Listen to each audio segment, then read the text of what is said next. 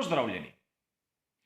Čeprav smo še pred nekaj dnevi govorili o tem, da pri prihajajoči veliki nagradi Emilia Romagna Scuderia Ferrari ne bo imela kakšnih tehničnih posodobitev, je sedaj mogoče situacija čisto drugačna. Poglejmo si skupaj, kaj pravijo viri.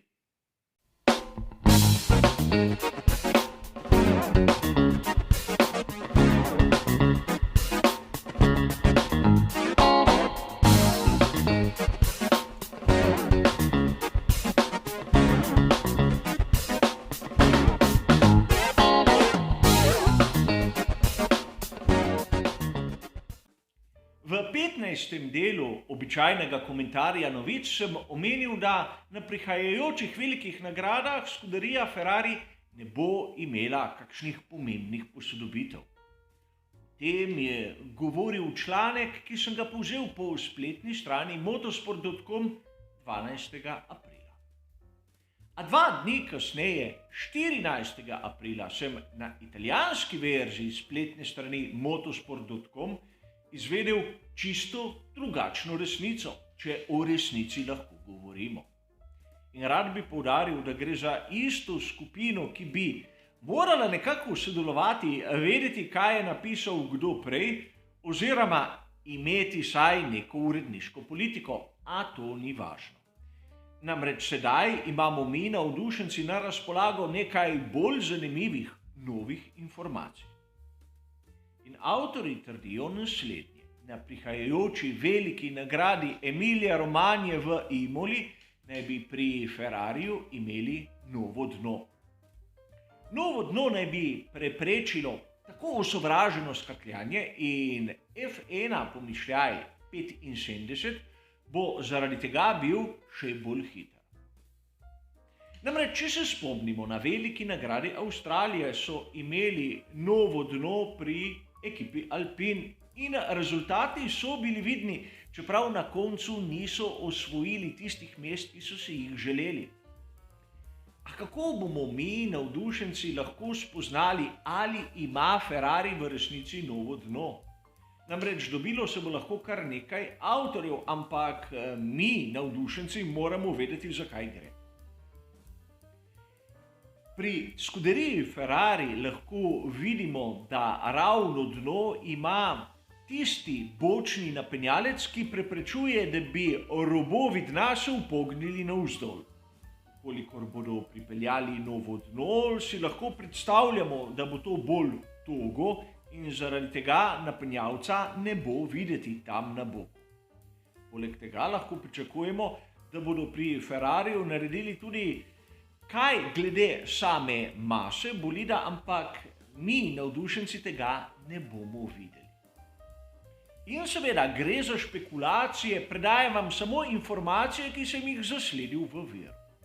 A bolj zanimivo je tisto, kar lahko pričakujemo na veliki nagradi Miamija, naslednji dirki.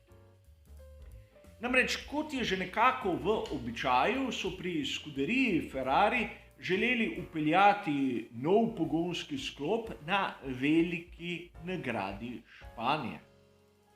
Tako bi začeli malce razbremenjevati ono drugo enoto, namreč prvi pogonski sklop bi uporabljali na prostih treningih, naslednja dirka po veliki nagradi Španije je velika nagrada Monaka, ki tako ali drugače ni zahtevna, in nekako je v običaju, da bi ta menjava se zgodila prav v Barceloni. A izgleda, da bodo pri Scuderiji Ferrari malce pohiteli. Na veliki nagradi Miamija naj bi vpeljali 3 nove elemente. In govorimo o bateriji, kontrolni elektroniki ter MGUK. Kaj je tu tako zanimivega? Kot dobro veste, je letos stopila v veljavo zamrznitev pogonskega sklopa. Namreč ekipe so bile nekako prisiljene homologirati svoje enote do 1. marca. Z eno izjemo. Namreč prav ti elementi, ki sem vam jih naštel pred kratkim, kontrolna elektronika, baterija, MGUK, imajo dovoljene spremembe oziroma eno spremembo na sam element in dokončna homologacija za te 3 elemente bo pa stopila v veljavo 1. septembra. Torej, pri Ferrariju se bodo malce podvizali in to po mnenju avtorjev zaradi tega, da bi dobili določeno prednost. Sedaj se verjetno marsikateri navdušenec sprašuje, kaj pri Ferrariju nameravajo pridobiti s to menjavo. Kolikor bodo na veliki nagradi Miamija vgradili nove komponente, zagotovo ne bodo imeli močnejšega pogonskega sklopa. In to lahko trdim z gotovostjo, namreč, če si pogledamo znano shemo pretoka energije skozi hibridni pogonski sklop, nam bo vse tako jasno in da ne bo pomot. Gre za shemo, ki je del tehničnega pravilnika Formule 1. Namreč omejena je količina energije, ki se lahko shrani v bateriji, tista, ki se lahko porabi iz baterije, ter seveda na koncu tudi moč elementa MGUK je omejena. Torej, vsaka izboljšava na tem področju ne bo pripomogla k večji moči. Sedaj se poraja vprašanje, zakaj? Zakaj je sploh potrebno menjati te elemente in tako zgodaj, bistveno pred tistim 1. septembrom? Sedaj gre tu seveda za moje osebno razmišljanje, ampak v prvih 3 dirkah smo videli naprimer na Alfa Tauriju Pierra Gaslija, da je imel težave prav s pregrevanjem elementa MGUK. To so nam pokazali mehurji na barvi pri njegovem bolidu. Ta element se nahaja pravzaprav na zunanjem delu bloka pogonskega sklopa, tam pri motorju z notranjim izgorevanjem, na nasprotni strani, kjer so vodna in črpalka za olje. A vidimo lahko, da na sodobnih bolidih imajo vsi trend zmanjševanja hladilnih rež. In zaradi tega pride lahko do pregretja pravzaprav teh 3 elementov MGUK, baterije in kontrolne elektronike.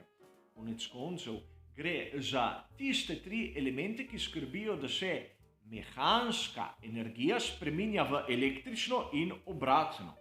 Pri teh pretvorbah pride tudi do izgub in te se poznajo kot toplota. In sedaj se bo marsikdo izmed vas začel spraševati, kako bo lahko bolid hitrejši, ukolikor se bo le-ta manj pregreval. Namreč videli smo lahko pri Lewisu Hamiltonu na veliki nagradi Avstralije, da je imel težave s pregrevanjem. Govori se o tem, da so njegovi senzori zaznali samo 2 stopinji višjo temperaturo in zaradi tega ni smel iti v spopad na nož z Georgeom Russellom. Torej, ukolikor Ferrari nekako reši pregrevanje teh 3 elementov, lahko tiste hladilne kapacitete uporabi za hlajenje drugih elementov, kot naprimer motorja z notranjim izgorevanjem. Kar zopet pomeni, da na sami progi so lahko hitrejši, ker lahko grejo malce bližje tisti meji, ki jo nekako ima vsak mehanski element. Enostavno povedano, tu vidimo neko prednost, ki je posredna. S tem, ko se bodo ti 3 elementi verjetno manj pregrevali, bo bolid hitrejši, ker bodo tiste kapacitete hlajenja uporabili za kaj drugega. A zanimivo je, kot sem omenil, da en in isti vir, ena in ista hiša v 2 dneh lahko objavi 2, recimo temu, nasprotni novici. Sam sem bolj zadovoljen s to drugo, namreč ne bi rad, da bi pri skuderiji Ferrari dobesedno zaspali. Namreč sedaj imajo kar lepo prednost, ki pa jo morajo ali ohranjati ali celo povečevati. In videli bomo na prihajajočih velikih nagradah, ali sem imel prav ali ne, ali sem pravilno interpretiral tisto, kar razni avtorji pišejo. Kot sem vam že omenil, pri samem dnu bomo skoraj da zagotovo videli, ali je prišlo do spremembe ali ne. kar se tiče pa elementov pogonskega sklopa, so tu uradna poročila tehničnih delegatov. Članek omenja še nekaj zanimivega, namreč te novosti naj bi bile na voljo tudi ostalim ekipam. In tu pa nisem prepričan, da bomo videli menjave. Namreč od 4 bolidov, ki jih imajo tiste druge ekipe, ki so stranke, imamo kar pri 3 že nekako uporabljene te elemente. Govorim o kontrolni elektroniki in seveda tudi bateriji. Namreč tako Valtteri Bottas kot Kevin Magnussen in Mick Schumacher so že zamenjali te elemente in ukolikor bi sedaj šli v menjavo, bi to pomenilo 10 ali celo 20 mest na štartnem razporedu. Sedaj pri ekipi Haas smo videli kar dobre predstave na začetku sezone, vsaj na prvih 2 dirkah. Kolikor bi zamenjali določen element, bi to pomenilo, da bi začeli tam na dnu in ne verjamem, da bi se lahko prebili tja do prve deseterice. Sicer gre za moje osebno mnenje, ampak po drugi strani na kontrolni elektroniki bi lahko šlo tudi za kakšno drugo strukturalno napako, a o tej smeri nočem niti razmišljati. Videli smo nekaj podobnega že v sezoni 2019, kot smo tudi že omenjali. A vseeno situacija postaja zanimiva. Namreč mnogi avtorji imajo seveda boljše vire kot jaz, ampak videli smo, da ti viri kdaj pa kdaj se tudi ne strinjajo med seboj. A za danes bo to vse. Hvala za vašo pozornost ter seveda nasvidenje.